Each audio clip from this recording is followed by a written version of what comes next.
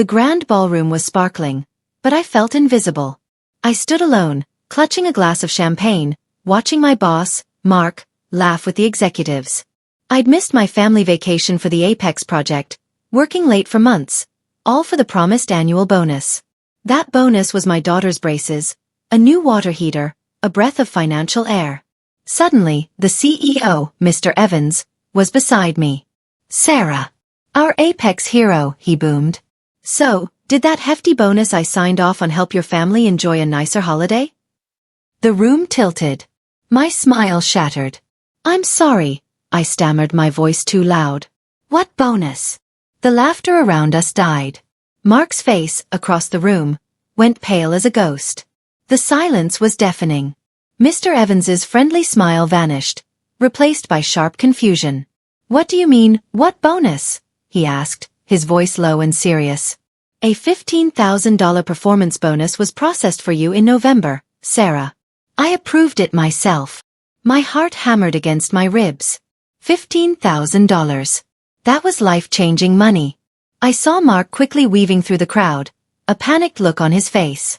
"Sarah, there must be a misunderstanding with HR," he said, grabbing my elbow too tightly.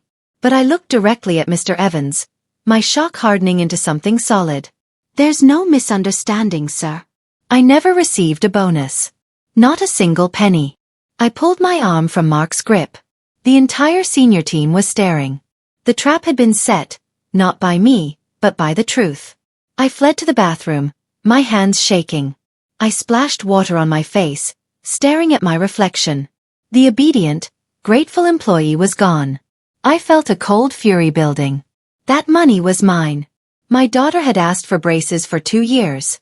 Mark had looked me in the eye and told me times were tight, that there was no bonus this year. He had stolen from me.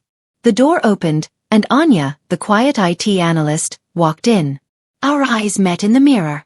"I heard what happened out there," she whispered. "Be careful.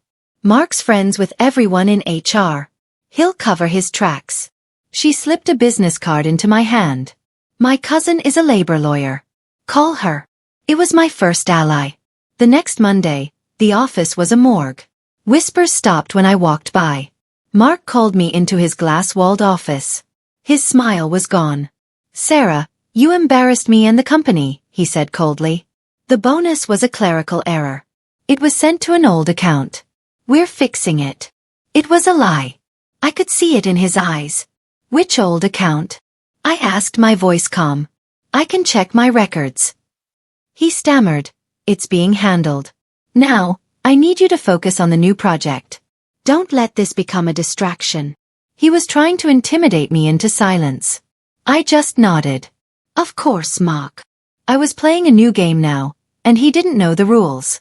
That night, I met Anya after work. Over coffee, her quiet demeanor turned fierce. "Mark did this to Linda, the woman who had your job before you," she revealed. "She questioned an expense, and he made her life hell until she quit. He's a bully who thinks he's untouchable." We devised a plan. I would be the perfect, compliant employee. I would smile, I would nod, I would deliver all my work early. But secretly, I would become a shadow. I would document everything. Every email, every conversation. The war would be fought in silence, and I would need an army of evidence. My first move was digital. I created a secret encrypted folder on a personal cloud drive, labeled Project Phoenix.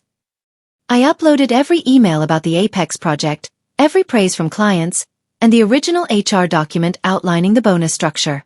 I started a log, detailing every interaction with Mark, noting his lies about the old account. It felt empowering, taking control of the narrative. I was no longer a victim. I was an archivist building a case for the truth. This was no longer about just the money. It was about justice. Weeks passed. I was a model employee, but my senses were heightened. I noticed Mark having long, quiet lunches with Brenda from HR. I saw the way they laughed. A little too familiar. Anya confirmed my suspicion. They're close. Really close. That's how he gets away with it. This was the key. It wasn't just Mark. It was a conspiracy. He had help from the inside. The villain had an accomplice. This changed everything. To take down the king, I had to expose the whole corrupt court. The escalation came unexpectedly. Mark assigned me a massive new project with an impossible deadline. "This is a test of your loyalty, Sarah," he said, his eyes challenging me. I knew it was a setup for failure. But I saw it as an opportunity. I would not just meet the deadline. I would exceed it spectacularly. I worked tirelessly, making the project a shining success. When I presented the results, the client was thrilled. Mark had to publicly praise me. I was using his own weapon, my competence, against him. His frustration was a sweet, secret victory. The financial pressure at home was mounting. My daughter's orthodontist appointment was approaching. The old Sarah would have crumbled. The new Sarah got creative.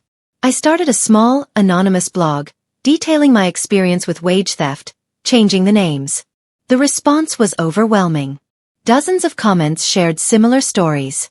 I wasn't alone. This was a systemic problem. My personal battle was part of a larger war. The blog became my outlet, my source of strength, and a repository of collective pain. A breakthrough came from an unlikely place. The office printer. I found a discarded draft of an HR memo. It was about discretionary fund allocations. Brenda had signed it. One line was highlighted, to be reallocated based on managerial discretion for retention purposes. My bonus. This was the language they used to steal from me. Retention. I took a picture with my phone. It was a small piece of the puzzle, but it was physical, undeniable proof. The paper trail was beginning to form. I shared the memo picture with my new lawyer Maria. Her response was immediate. "This is great, but it's not enough. We need a direct link. A transaction. A confession." She advised patience. Let them get comfortable. Let them think they've won. It was the hardest part. Waiting. But I trusted her. I continued my perfect employee act, all while watching, listening, and documenting from the shadows. The delay was agonizing, but I knew the gratification would be worth it. The company announced a mandatory team integrity seminar. The irony was thick enough to cut with a knife. Mark and Brenda were leading it, preaching about ethics. During the Q&A, I raised my hand. My voice was steady. "What is the company's specific protocol?" I asked. "If an employee discovers that funds designated for them have been misallocated?"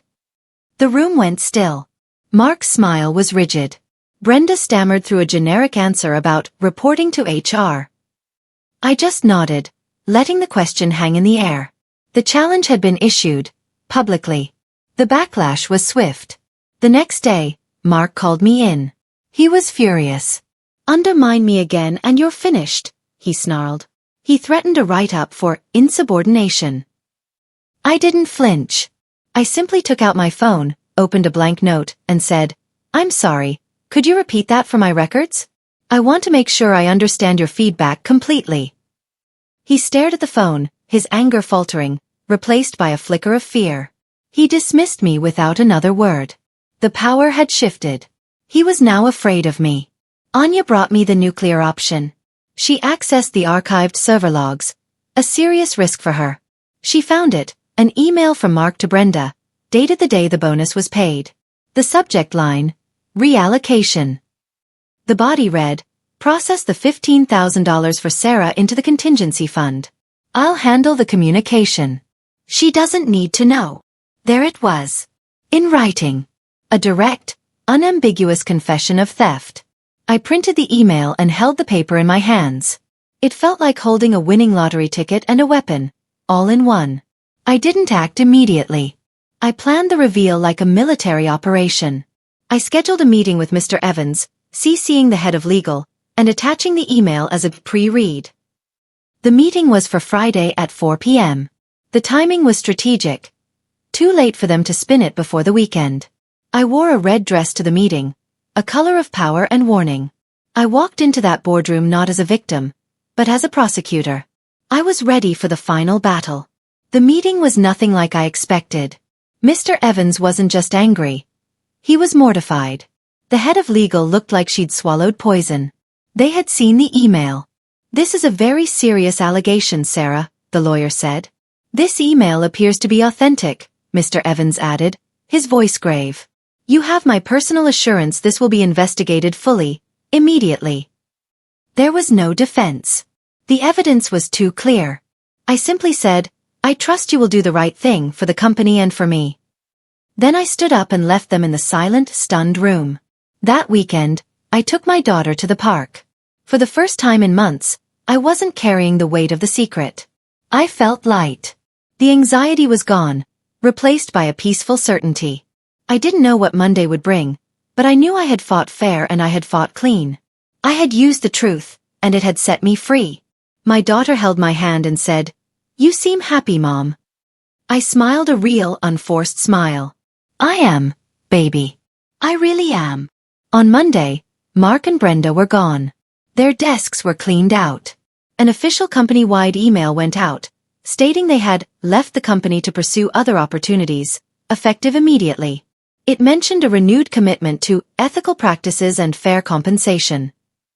The office was in a state of shocked silence, followed by a wave of whispered celebrations.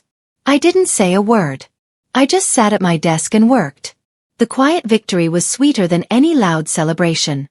A week later, I was called into Mr. Evans's office. A check for $15,000 was on his desk. "Your bonus, Sarah." "With interest," he said. Then he slid a new contract toward me. It was a promotion to senior project lead, with a significant raise. "The company needs people with your integrity," he said. I looked at the contract, then at him. "Thank you, sir. I accept." I had not just reclaimed what was stolen. I had been rewarded for my courage. The underdog was now a leader.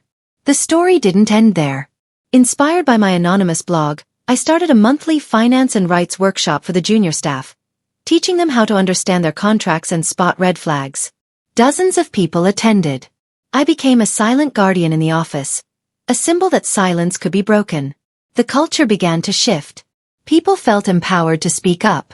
My personal victory had sparked a small revolution. Months later, at the next company gala, I stood with my team. I was wearing the same black dress from the first fateful night, but I felt like a different person. Mr. Evans gave a speech, and this time, he called me to the stage. He didn't just praise my work. He praised my character. The applause was thunderous. I saw Anya in the crowd, beaming.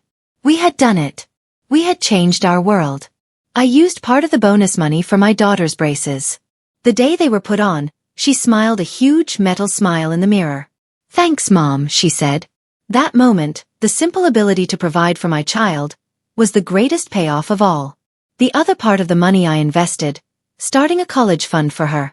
The stolen money was now building a future, exactly as it was always meant to. I heard through the grapevine that Mark struggled to find a new job at the same level. His reputation had preceded him. Brenda moved to a smaller company in another state. There was no dramatic downfall, just a quiet fading away. They had been held accountable, and that was enough. I felt no bitterness, only pity for the small lives they had chosen to live. One afternoon, a new intern, a young woman named Chloe, came to my office. She looked nervous. "Sarah, can I ask you something? I think my overtime isn't being logged right." I smiled and gestured to the chair opposite my desk. "Close the door," I said gently. "Let's talk about it." The cycle of fear was broken. The protector was now in place. Today, I look out my office window, not with resentment, but with peace. The journey was brutal, but it forged a stronger, braver version of me. I had faced the villain, not with his weapons of lies and intimidation, but with truth and meticulous strategy. I turned his secret against him, and in doing so, I found my own power. The story ends not with a scream, but with a quiet, confident smile. I had won my life back.